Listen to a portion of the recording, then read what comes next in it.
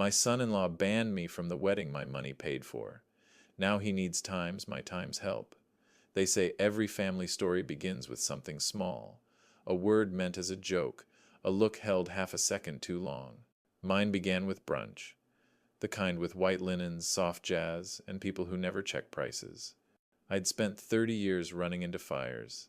That morning I walked straight into one wearing a tie. Ruth once said made me look trustworthy. I was 5 minutes early. Old habits. Chase raised his mimosa like a weapon. "You know, Emily," he said, loud enough for nearby tables to hear, "your dad still thinks writing checks makes him relevant. Cute, right?" Emily's smile was tight, trembling. "Chase, please." He didn't stop. "All that firefighter hero stuff? Violent theater? Real men build brands, not bonfires." I didn't move, didn't blink. Emily's eyes begged me to laugh it off, to stay small. Instead, I said quietly, "Son, one day you'll learn fires don't always announce themselves. I guess 99% of you will hear this, sigh and scroll past, not clicking like or subscribe. Even if it only takes a second. What time is it for you, and where are you listening?" They say every family story starts with something small, a look that lasts half a beat too long, a laugh that cuts when it should cushion. Mine started with brunch at the country club.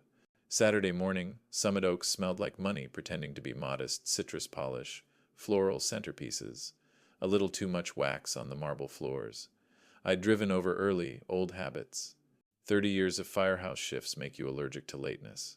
My Lexus idled under a row of manicured oaks, and my Omega ticked steady on my wrist. In the passenger seat sat a cashier's check from Bank of America, the last piece of funding for my daughter's dream wedding. Inside, the lobby gleamed. Polished brass, fresh lilies, laughter from people who never carried their own chairs. The maitre d', hair slicked back like a mirror, looked me up and down. His smile flickered half politeness, half judgment. "Ah, Mr. Hale," he said, pronouncing it as if it were a brand he'd never buy. "Final payment?" He scanned the check on a tablet, stylus tapping too loud. "All set. Thank you for your generosity." That word generosity wasn't gratitude. It was dismissal. "Walter, dear," came a voice behind me. "The Whitman matriarch, pearls so big they could each file their own taxes." "The color of your tie," she said, tilting her head.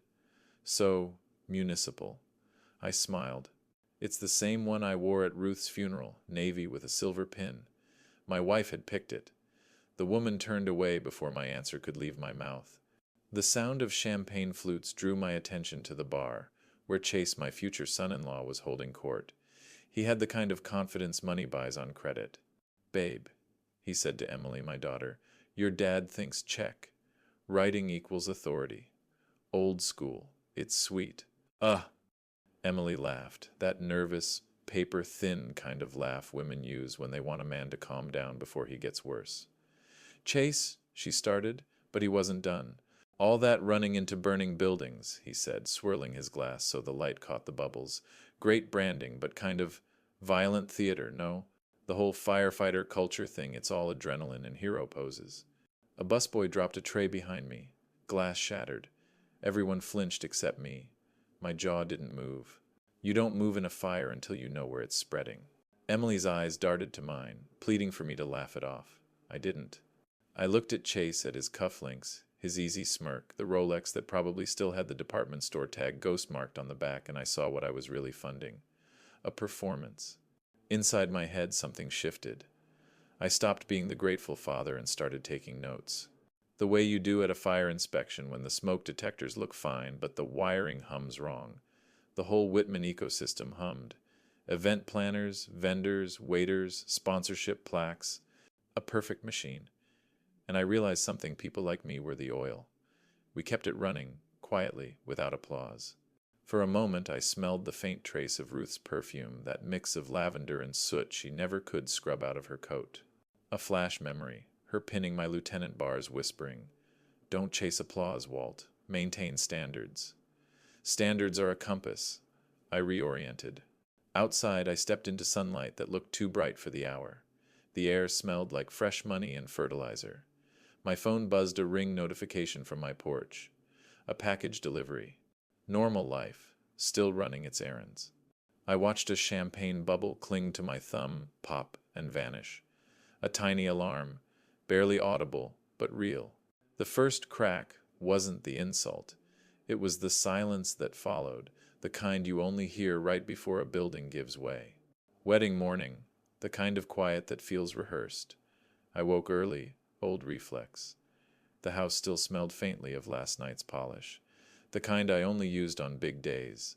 My suit hung ready on the door. Navy, pressed, respectful. The tie Ruth once said made me look like someone worth trusting. I brewed my usual Starbucks pike, poured it into the chipped firehouse mug, and set it beside my MacBook Air. Steam fogged my glasses. I smiled despite myself. Today was supposed to be simple.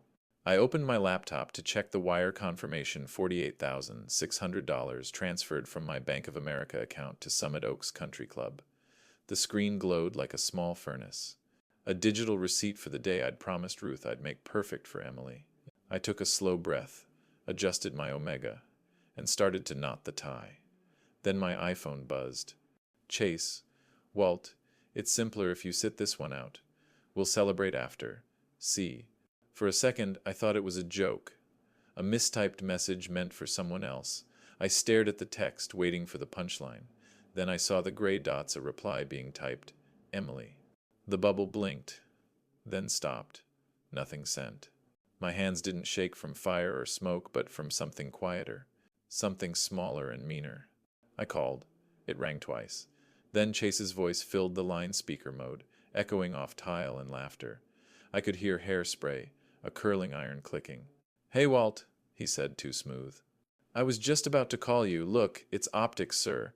We've got high-profile guests, media from the chamber, and there's a narrative. You understand? No, I said. I don't. He laughed softly.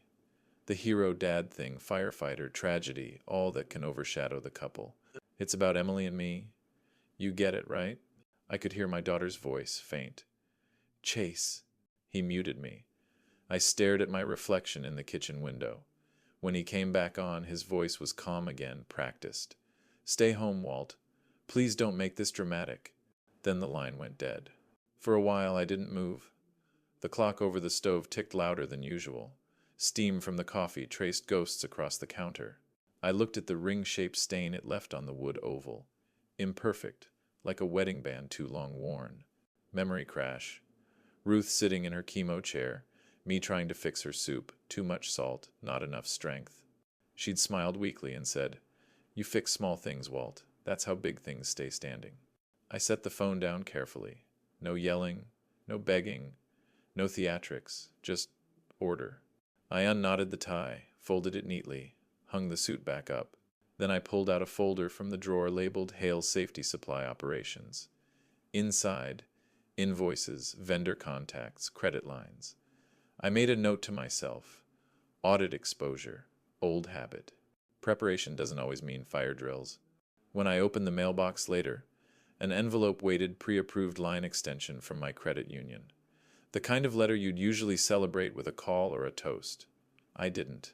I slid it into the file cabinet under pending. Outside, the neighborhood buzzed faintly, sprinklers. Engines starting, the world moving on schedule. My world had just stopped. I stared once more at the text on my phone. The word simpler stood out. It was never about simple. It was about removing reminders me, my uniform, the parts of her life that smelled like hard work instead of perfume. I exhaled, straightened the stack of folders on the desk, checked the locks. Routine brings calm. I hung the suit back up and started a different kind of preparation, the kind you do with folders, not flowers. I wasn't supposed to see it. That's what made it worse. The ceremony streamed on Instagram Live, one of those shaky, overexposed videos a guest thought was cute. I wasn't tagged, of course, but the algorithm found me anyway. Maybe it was the location tag. Maybe someone's cousin trying to boost views. Either way, there it was. Summit Oaks Country Club, 1:07 p.m. A clear day pretending to be perfect. The screen tilted as the camera settled on a white aisle. Chairs in straight military rows, petals scattered like the aftermath of good intentions. The sound crackled. Someone whispered, Here comes the speech. A man in a fitted tux, the best man, I guessed, grabbed the microphone and cleared his throat. To Chase and Emily, he said, voice too loud, nerves hidden under privilege. No need for, old-school heroics tonight. We've got staff for that. Um, Laughter rippled across the lawn. The camera wobbled, catching the shimmer of champagne glasses, a Tiffany bracelet flashing like applause. Then someone else off camera added, "Fire guys love making it about themselves."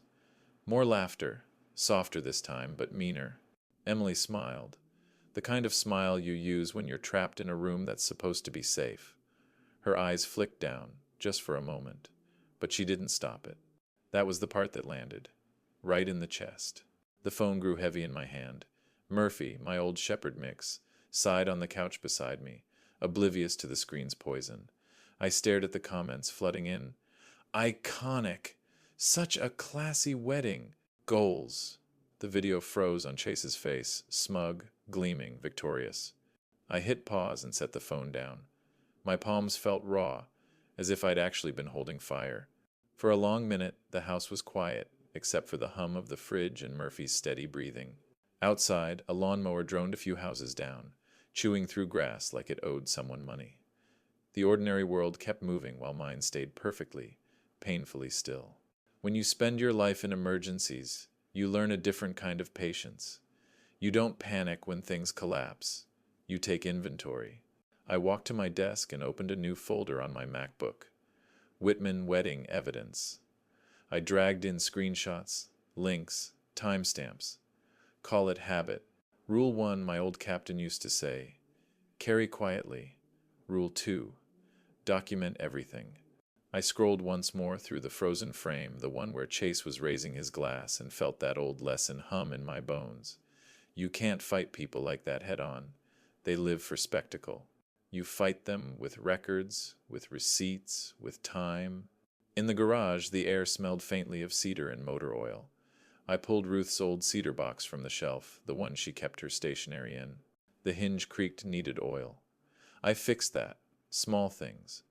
Inside lay her Mont Blanc pen, the only fancy thing we ever owned. I set it beside a fresh legal pad. The ink caught the light like a thin vein of steel. Murphy's nails clicked on the floor behind me. I scratched his head. "We're good," I said, mostly to myself. Back at the desk, I stared at the closed laptop. My breathing slowed. My pulse matched the clock's rhythm on the wall. I wasn't angry anymore, not in the loud way. If they wanted quiet, I'd show them what quiet looks like when a man with records and relationships decides to go still. It was close to midnight when the screen lit up. Emily. FaceTime. The name alone felt like a hand squeezing my chest and letting go too slowly. She was in a sweet, soft gold light, a Cartier ribbon draped over a vanity behind her, a glass of champagne in hand. Her cheeks were flushed, eyes bright with something between exhaustion and defiance. "Dad," she said too cheerfully, "you're still awake." "I was," I said. "How was it?" She smiled, but it didn't reach her eyes. "Beautiful. Everything went perfectly. You saw the pictures?" "I saw the live stream," I said. "I wasn't supposed to, but I did." Her jaw tightened. "Dad, please don't make this about you." "I'm not," I said, "just asking a question." She looked past the screen toward the door, where laughter echoed Chase's voice, low and smug, someone clinking a glass. "It was Chase's call," she said quickly, fiddling with her earring. "The guest list, I mean. He said, 'Image matters. You don't fit.'" I let that hang there. "I paid for the room you're standing in," I said, calm, not cruel. She blinked, taken aback, then exhaled through her nose, like she was the adult and I was the problem. "That's transactional, Dad." The word landed hard, louder than shouting. "Transactional," I repeated quietly. "You think standards are transactions?" She rubbed at her temple, glass tilting. "You're a good man, but you don't understand how this world works anymore. Chase is building something visibility, influence, partnerships. We can't risk—" "Me," I said. "You can't risk me." She swallowed. Then softly, "Chase is my family now. You're complicated." For a second I didn't breathe. The air in my office turned thin. "Did you know about the text?" I asked.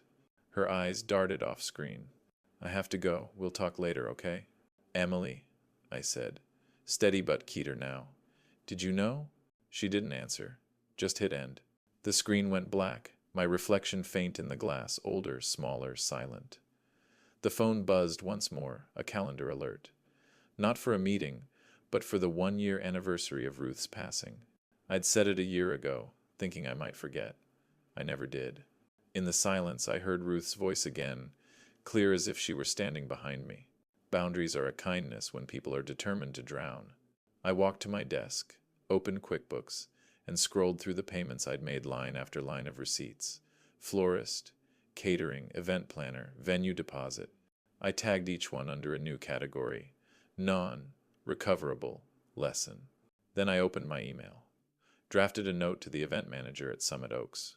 As the primary payer, please send PDFs of all finalized vendor contracts and payment confirmations. I'll need them for my records. Oh, I read it twice, kept it short. No emotion, just business. The cursor blinked at the end of the email, waiting for me to add something, maybe a line about being disappointed, or a polite closing, or a father trying to sound less heartbroken than he was. I left it blank. When your own blood says you don't fit, you stop knocking and start auditing.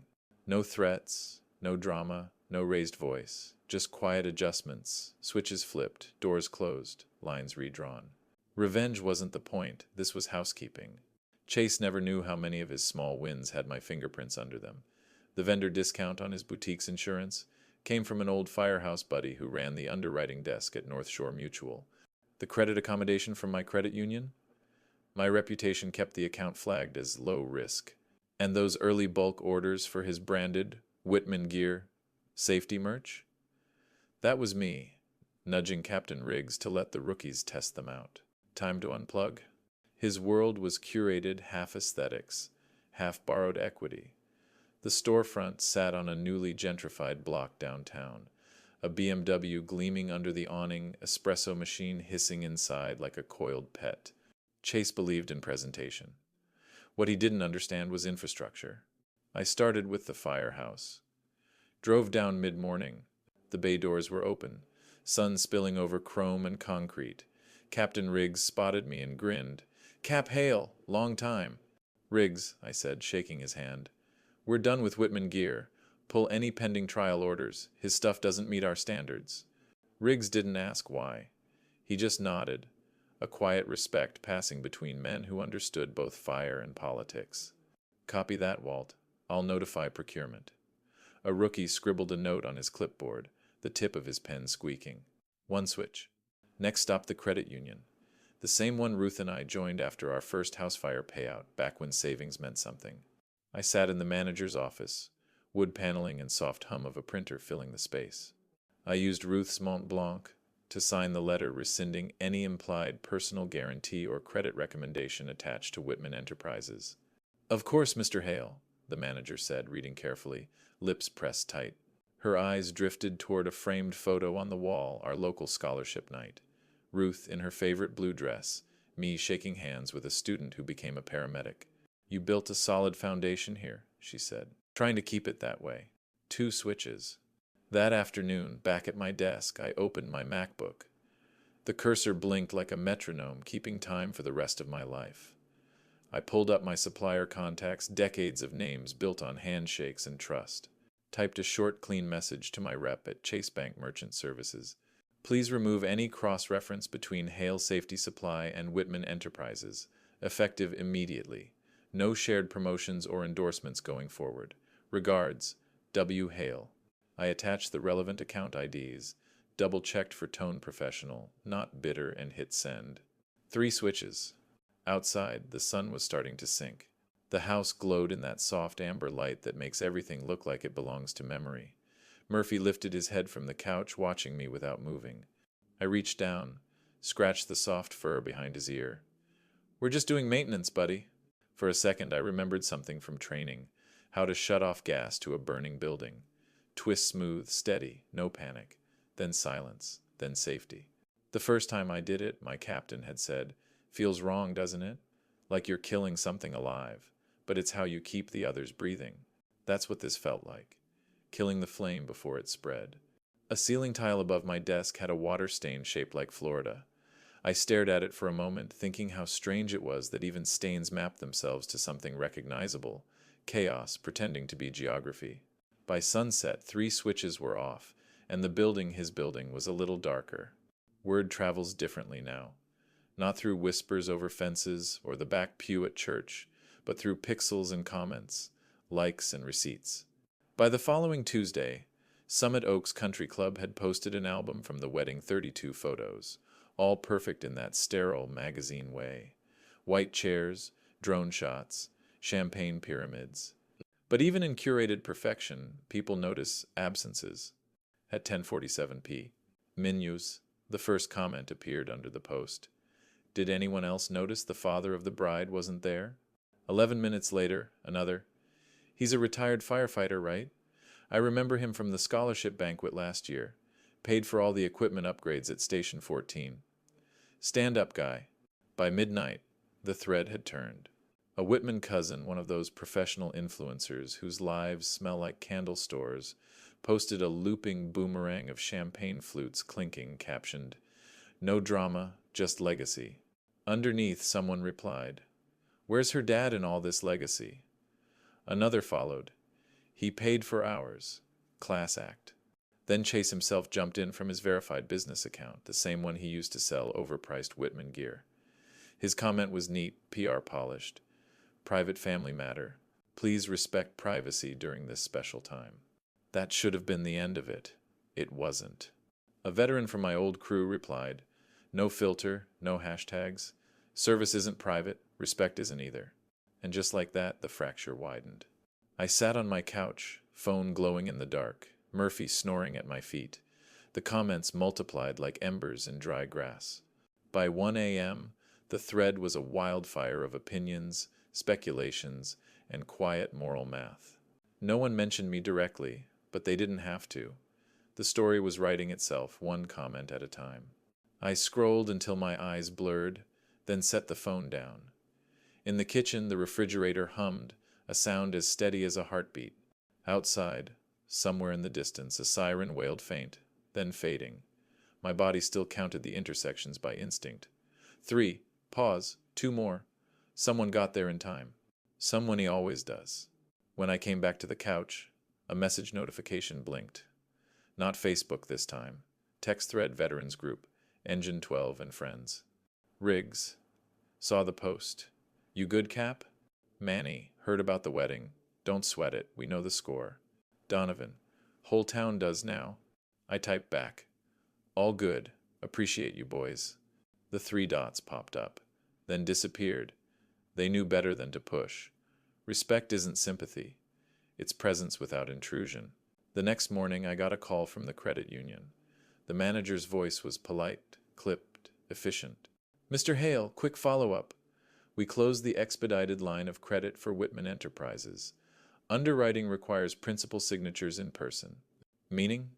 I asked, though I already knew. "Meaning it's off our books until verified. Just standard practice." "Sure it is," I said, smiling into the phone. "Appreciate the call." Invoices move faster than gossip. The numbers tell stories before mouths ever can. By afternoon, someone tagged the country club again. Funny how generosity can go uninvited. The post vanished an hour later, comments disabled. But screenshots have longer lives than posts. I went outside, stood on the porch, and watched a neighbor walk his dog under the streetlight. He waved once, half greeting, half salute. By midnight, I didn't have to say a word. The town had already decided what the story was. 2 weeks. That's how long it took before the silence cracked. The name lit up on my phone one Thursday morning, Chase Whitman. For a moment, I thought maybe, just maybe, the words "I'm sorry" would follow. Instead, he led with, "Walt, let's partner." We met later that day in Midtown. His choice.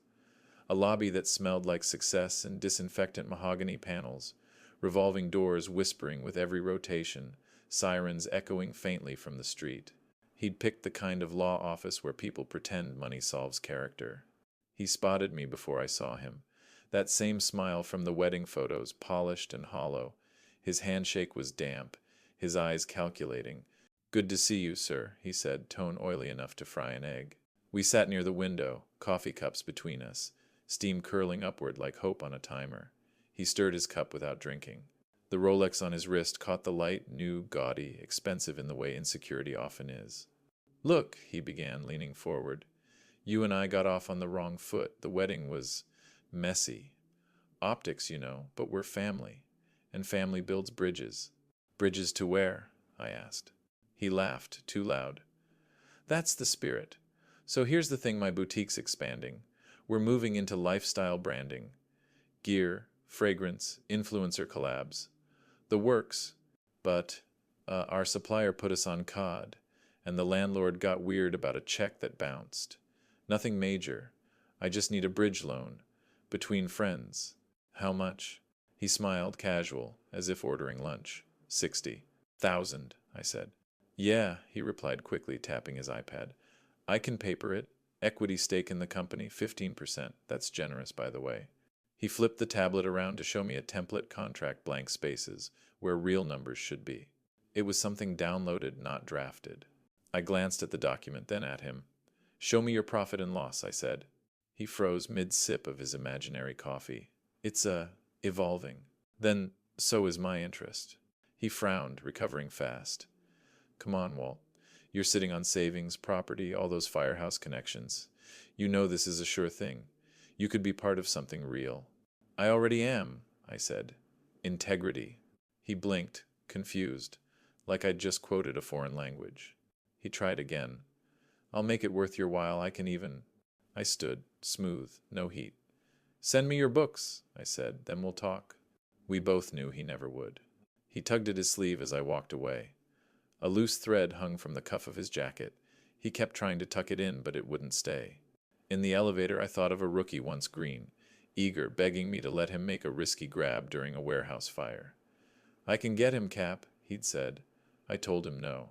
Sometimes the hardest command to follow is stand down. Boundaries save lives. And businesses. The revolving doors sighed behind me as I stepped out into the noise of Midtown. People rushed past suits, couriers, caffeine, and ambition, all of them chasing something that looked like success but smelled like desperation. He wanted 60. I wanted numbers, so the only thing that moved was the revolving door behind me.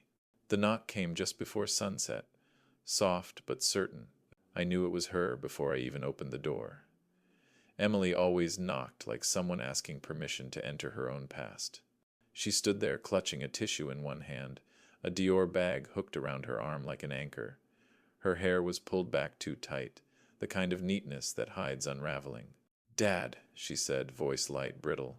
Can I come in? Of course, I said, stepping aside. The air between us felt like a hallway too narrow for both. She looked around the living room the way people do when they're stalling. Afternoon lights slanted through the blinds, landing across Ruth's photo on the mantel. Emily's eyes caught it for a second, then flicked away. Dad, we made mistakes, she started, sitting on the edge of the couch. Her posture screamed discomfort, legs crossed, fingers tapping her phone, eyes darting to the window. The business is under review, and Chase's creditors are being unfair. She drew the word out like it could soften the truth. I stayed quiet. Silence has weight when used correctly.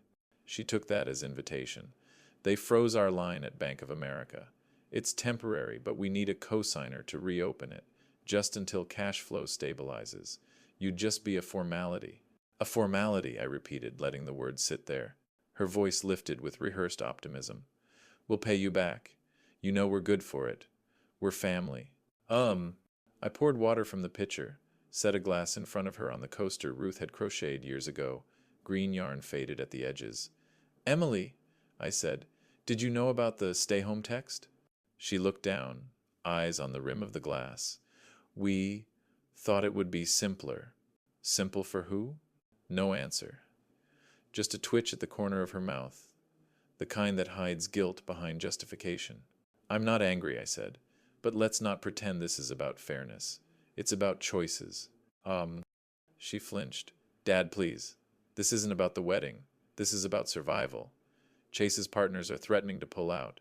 If you just co-sign, it gives them confidence. That's all. I walked to the kitchen island and opened the folder I'd prepared days ago. Maybe some part of me had known this visit was coming. I slid 2 papers across the marble. 1, the ledger of every wedding payment I'd made. 2, a pamphlet from the SBA, Small Business Development Center, a resource for people learning accountability. This, I said, tapping the pamphlet, is what help looks like.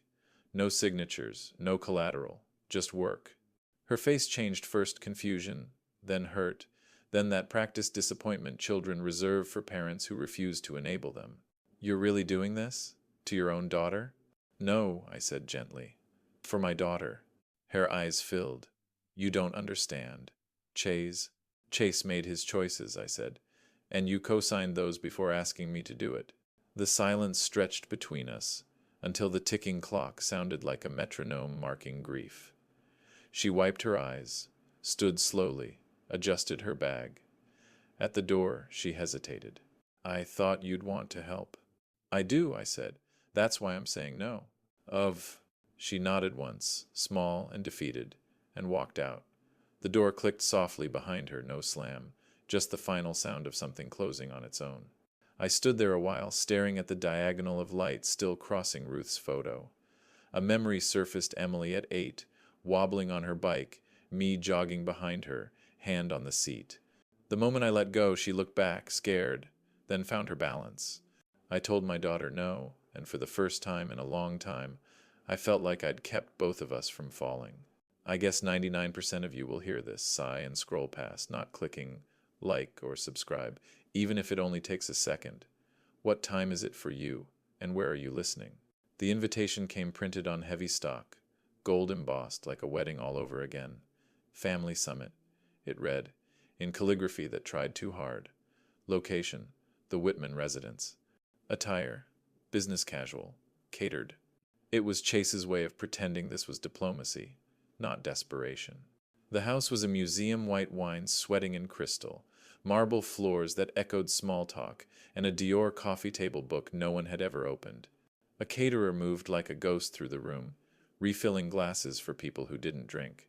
Whitman Sr. stood near the fireplace, posture like an old senator's, hands clasped. Walter, he began, voice smooth as a practiced sermon, we acknowledge mistakes, tensions, misunderstandings. I nodded once, polite. Understandings can be corrected. Character takes longer. Before the words finished leaving my mouth, Chase cut in. His Rolex flashed under the chandelier. So, he said briskly, we've mapped runway options, Bow working capital, landlord forbearance, bridge equity from you. He slid a folder across the marble coffee table.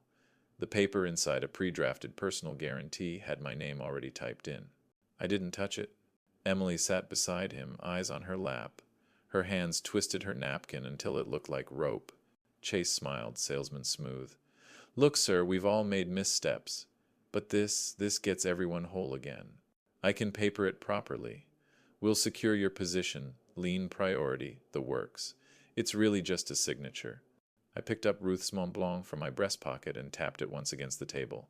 The sound cracked the silence. No. A waiter froze mid-pour. Chase's smile faltered, then stiffened. Sir, your brand is generosity. I met his eyes. My brand, I said evenly, is standards. The room chilled. Even the caterer seemed to breathe quieter. Whitman Sr. cleared his throat again, searching for a diplomatic bridge. Walter, surely there's room for compromise. Family helping family, that's the American way. Then I suppose, I said, standing, this is where we learn which family you mean.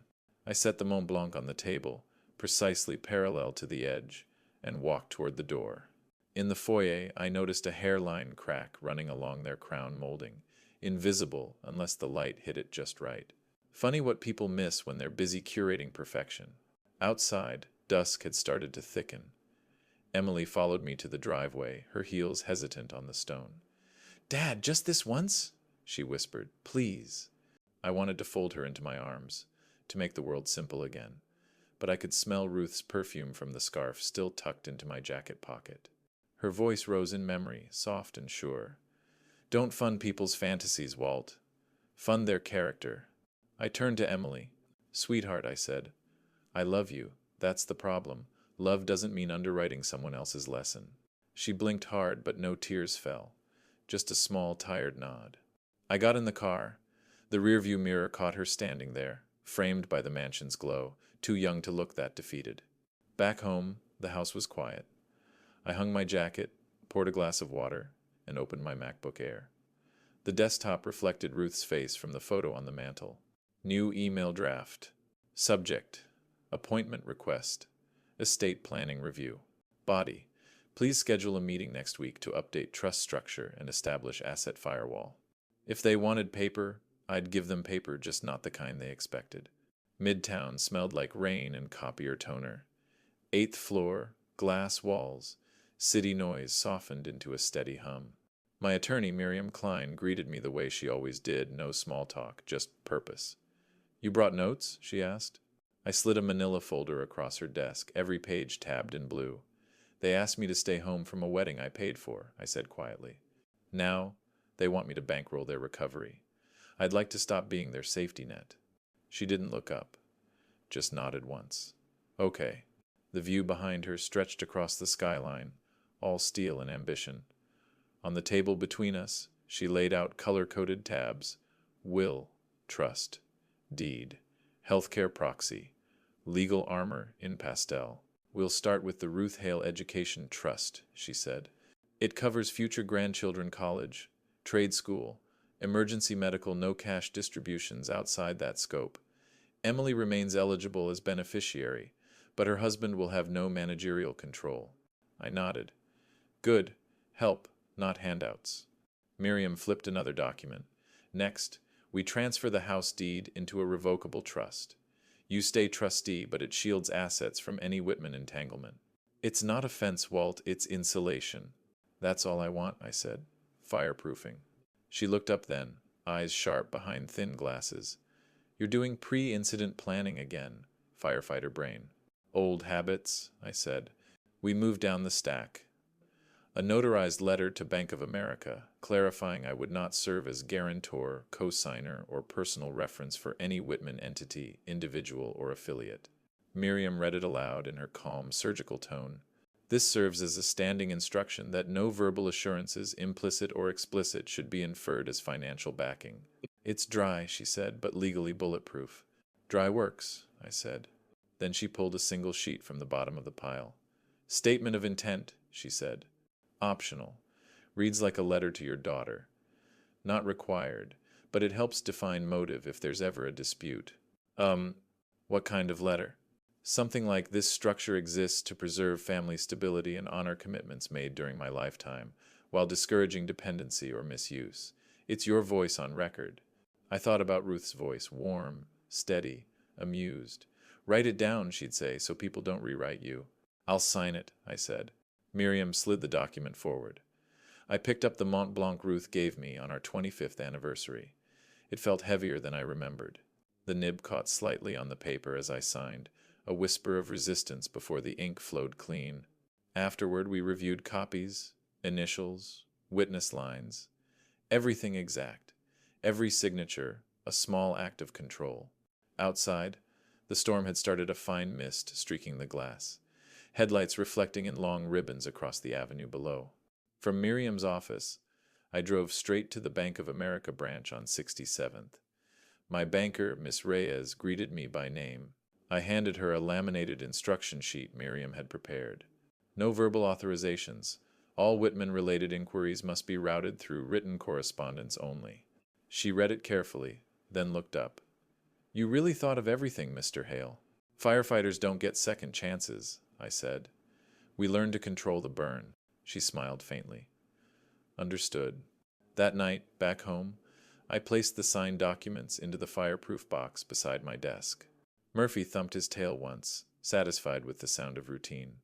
I turned the key, then the latch, the faint click echoing like a lock, sealing more than metal. Ruth's photo caught the lamplight, her hand resting on my shoulder in some long-ago frame. I could almost hear her whisper again, calm and certain. "Write it down." With the house anchored and the future mapped, all that remained was weather, and weather was coming fast. It started with a notification ping linked in. Of all places, Chase Whitman had posted a video. Title: Grace in Business and Beyond. The thumbnail showed him framed against a eucalyptus wall inside his boutique, espresso machine hissing in the background like it was part of the brand. His tone was calm, measured, Rehearse the kind of voice that tries to sound humble while aiming for sympathy. We've faced some challenges recently. Family misunderstandings that tested our strength, he said, palms open. But we choose grace, because leadership is about forgiveness, not fear. Haters don't build, builders forgive. He smiled, soft lighting doing all the heavy lifting. He tagged a handful of vendors, the country club, even the local chamber of commerce. The likes came fast, comments too. So inspiring, Chase. Family first, always. Love your resilience. I didn't respond. I never do. But the thing about ecosystems is once you build one right, it knows how to self-correct. Around 8 p.m., a user named Townlife. Jenna commented under the post. Didn't your father-in-law pay for that wedding you called a misunderstanding? The thread stalled. Then someone else chimed in. Why wasn't he there? 2 hours later, the first screenshot dropped. Over in the Neighborhood Watch Facebook group, the same one where people usually argue about raccoons or porch pirates, a different kind of post appeared. Caption, some things don't sit right. Attached were the wedding photos, me absent, Chase beaming, Emily smiling too hard, and a screenshot of the stay home text. The watermark showed it came from the club's event coordinator, a young woman I'd barely met but apparently left an impression on. Then another post, a retired EMT, name blurred, profile photo of an old ambulance. He kept this town breathing. You kept him home. The comment section erupted. Not cruel surgical. Precise. People don't shout when they're sure. They just share receipts. Someone uploaded a redacted version of my wire transfer confirmation to Summit Oaks, last 4 digits visible, timestamp aligned with the rehearsal dinner date. Proof of who funded what? The caption read. By midnight, Chase's post had been quietly edited. We've faced some challenges, replaced family misunderstandings. The comments under it, though, stayed put echoes he couldn't delete fast enough. I sat in my living room, phone lighting the dark, Murphy asleep at my feet. The sprinklers outside ticked against the dry oak roots like a metronome, keeping time with the slow rhythm of justice finding its footing. I didn't smile. Not exactly.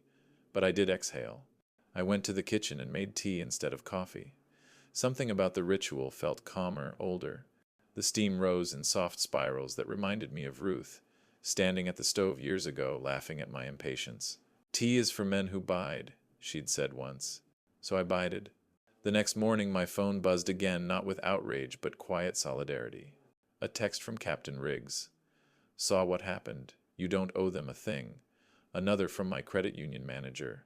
Standing instruction remains in place. All good. By afternoon I took a walk. A few neighbors waved small, kind gestures that said everything words couldn't. One of them, Mrs. Barlow, just murmured, about time people saw it plain.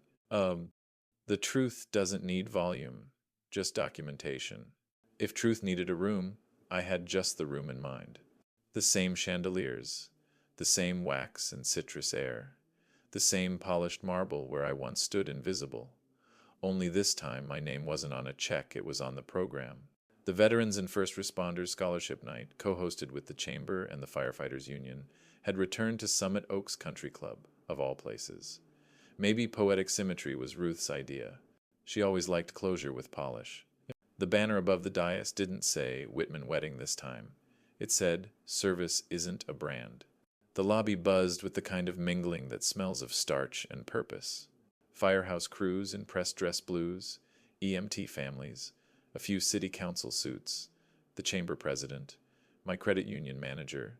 Every handshake felt like a quiet vote. The general manager of Summit Oaks approached, the memory of last year flickering behind his polite smile. Mr. Hale, he said, extending his hand. We didn't know. I shook it once, firm but not cruel. You do now, I said. Host the firefighters' Christmas banquet for half price next year. He nodded without hesitation. Consider it done. Inside, the ballroom gleamed. Rows of tables draped in white linen, small American flags in silver vases, the kind of respectful elegance Ruth would have approved of. On the stage, a wooden podium. My notes fit on a single index card. The program ran smooth. The first scholarship recipient, a high school senior bound for paramedic training, spoke about her father, lost on shift 2 years prior. Her voice cracked just once, and the room exhaled together. The second recipient thanked the Ruth Hale Memorial Endowment, explaining that she'd never met Mrs. Hale but had heard she believed in quiet heroes. That line landed soft but deep. In the back row I saw her. Emily. Hair pinned back, posture tight, hands twisting a tissue until it frayed. No Chase beside her. Just a seat she couldn't quite fill with apologies. I gave her a small nod, nothing performative. She returned it with a half-smile that carried more ache than hope. When the final applause faded, the MC said, "And now, please welcome our closing speaker, Captain Walter Hale, retired." Applause again, steady, real. I walked up the short steps to the microphone. The same chandeliers glittered overhead, but the light felt different this time. Maybe because I wasn't standing beneath anyone's permission.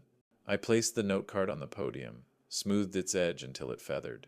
My pulse matched the low hum of the air vents. I thought of Ruth's breath in my ear the night of our 20th anniversary. Say less, mean more.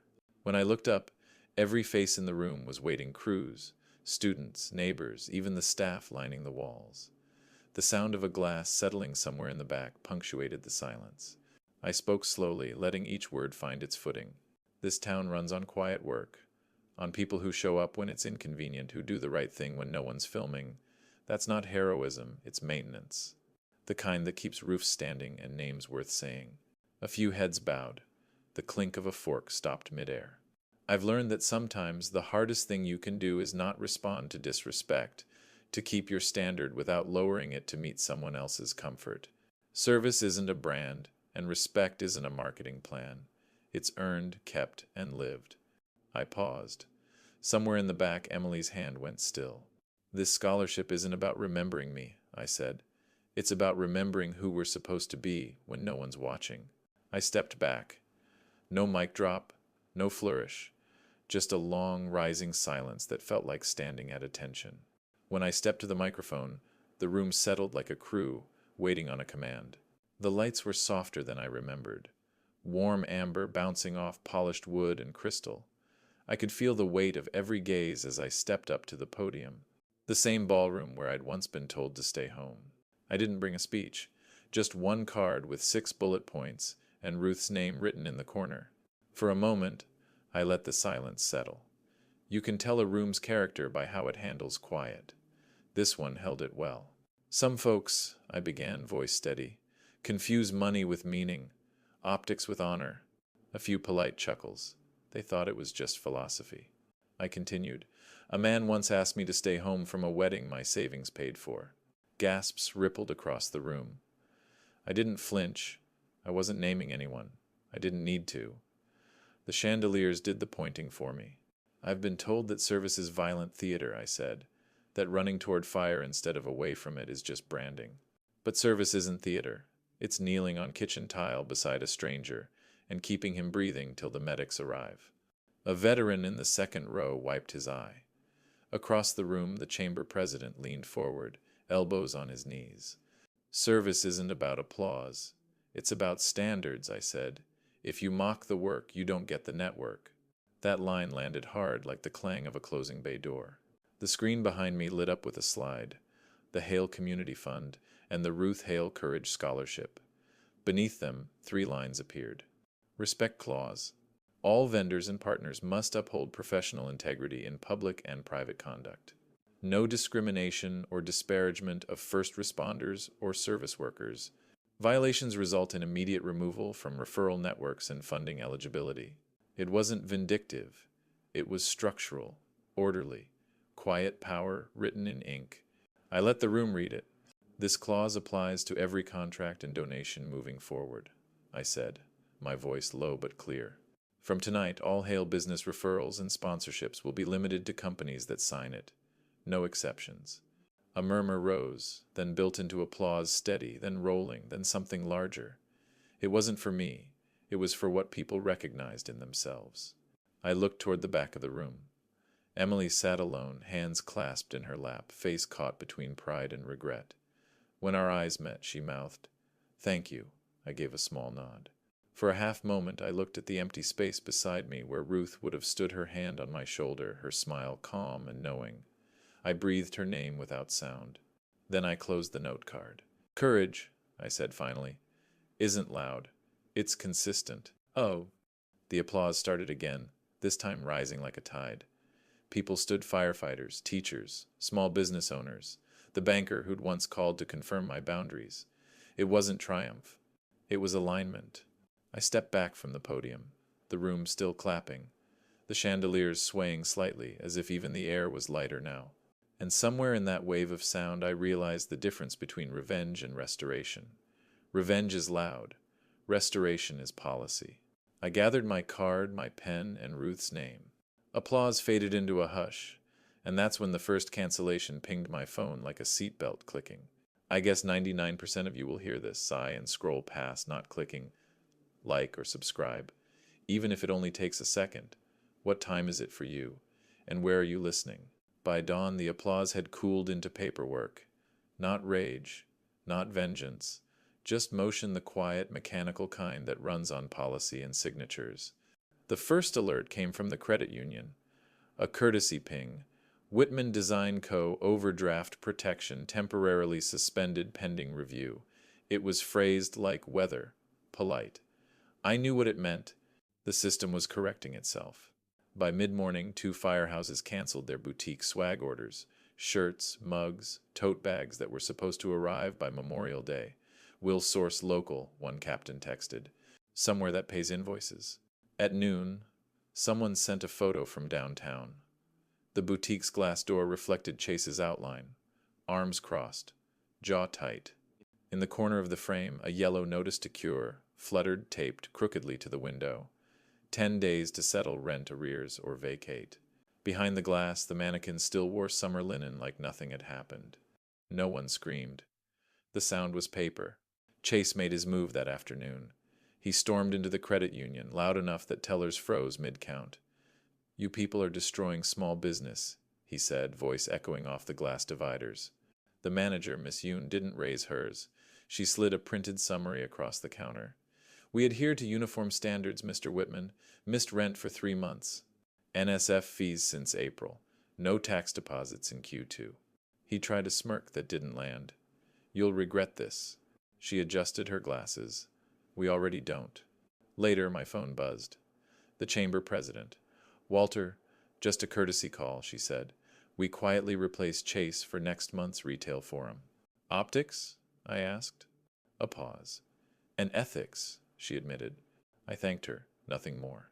By evening, the day's noise had folded back into calm.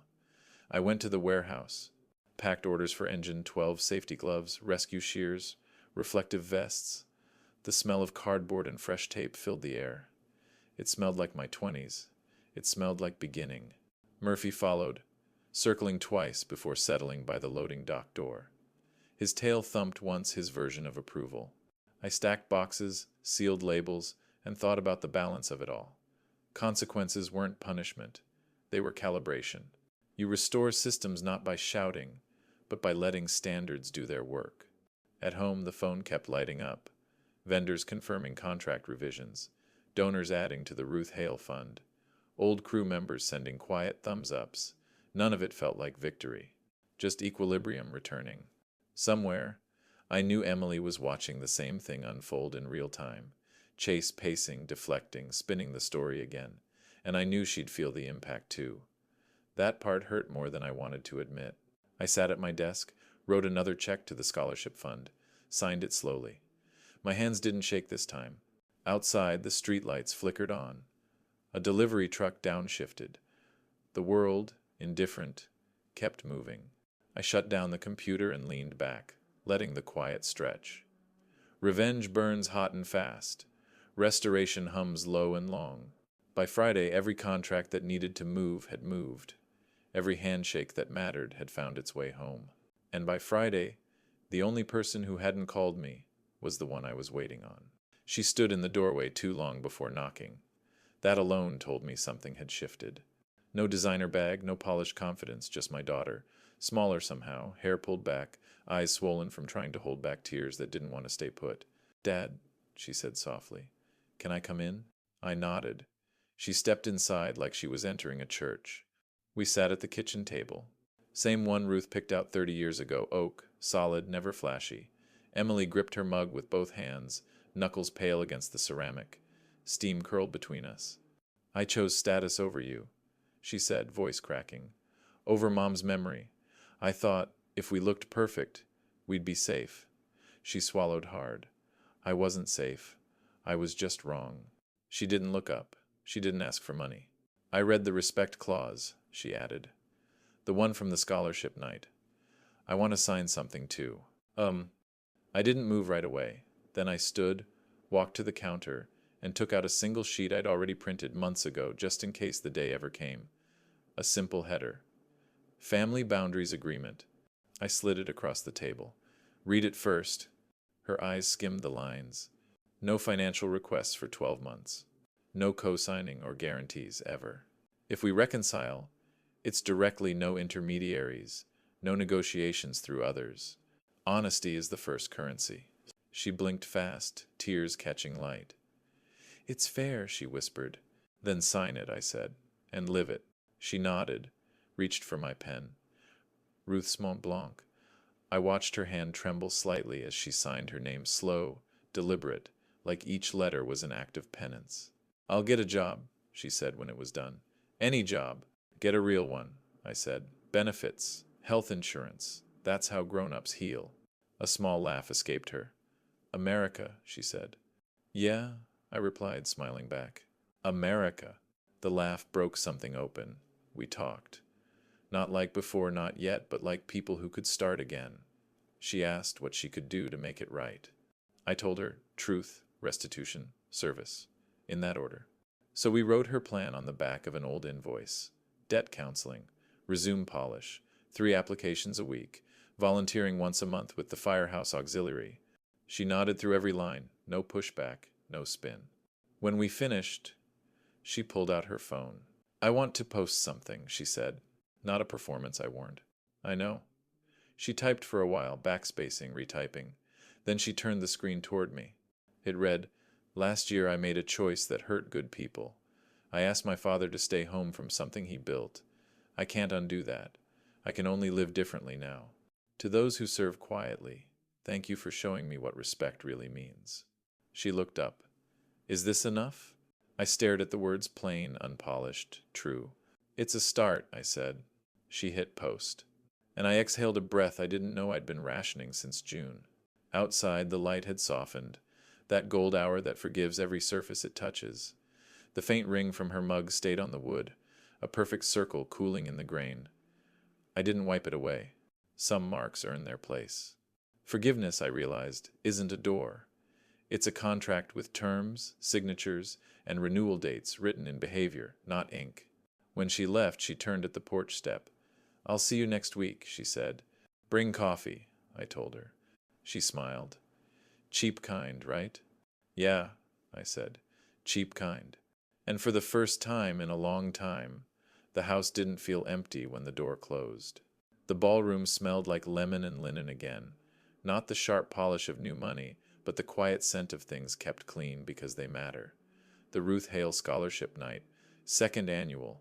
Same banners, same soft lights, different weight in the air. Emily stood at the check-in table, a name badge pinned slightly crooked to her blazer. She joked with one of the scholarship kids about the coffee being weak. No diamonds on her wrist, no designer bag. Just a clipboard, a tired smile, and a steadiness I hadn't seen in a long time. I watched from the doorway for a while before anyone noticed me. The room was full firefighters, EMTs, teachers, a few local business owners. Not a flashy crowd, but the kind that knows what steady means. Chase wasn't there. He'd sent a partnership proposal a week earlier that landed right where it belonged in my spam folder. I never opened it. Some boundaries don't need replies, they just need enforcement. Ruth's photo sat beside a boot filled with carnations, same as last year. Someone had added a ribbon that read, "Keep the line." I liked that. When my name was called for closing remarks, the applause was gentle, familiar. I stepped to the microphone, smoothed the edge of my note card until it feathered. Last year, I began. We started this scholarship because we believed courage deserves structure. Forgiveness, too. A few heads tilted. Emily looked up from her seat near the back. eyes steady. In this town, I said, forgiveness starts with paperwork and ends with behavior. A ripple of laughter, warm, knowing. I let it breathe. We're not perfect, I added. We're precise. And precision, when it comes to people, means we write down what we stand for, and then we act like it matters. The room quieted. A veteran in the front row dabbed at his eye. Somewhere behind him, a volunteer shifted a stack of programs that rustled like wings. I looked at Emily again. She didn't look away, just nodded once, almost imperceptibly, but enough. This community isn't mine, I said, voice low. It's ours. I just keep the switchboard honest. Applause rose not loud, but layered. It felt less like noise and more like a shared exhale. Afterward, people lined up to shake hands. A retired firefighter gripped my shoulder. We needed that, Cap, he said. Me too, I told him. And I meant it. Outside, the night had cooled enough that each breath left a small ghost in the air. Proof you're alive. Proof of boundaries. I stood there for a moment, watching the volunteers stack chairs, the students laughing softly as they carried boxes of programs out to cars. Emily walked past with a box under one arm, gave me a small smile. See you at breakfast? She asked. Sure, I said. It was the easiest yes I'd given in years. In the parking lot, I slid into the Lexus. The Omega on my wrist, Ruth's last gift, ticked steady against my skin. I clipped a loose thread on my cuff that had been bothering me all evening. Small maintenance. Always worth doing. The drive home was quiet, streets half-lit, familiar. CNN murmured low from the radio when I walked through the door background, not center. My phone buzzed once. A voicemail. Chase's voice. Help? I deleted it without listening. Not cruel, just correct. I sat down, looked at the framed scholarship photo on the shelf, the one with Ruth's smile caught mid-laugh, and breathed out. I hadn't won. I just remembered who we are when the lights go out and the paperwork holds.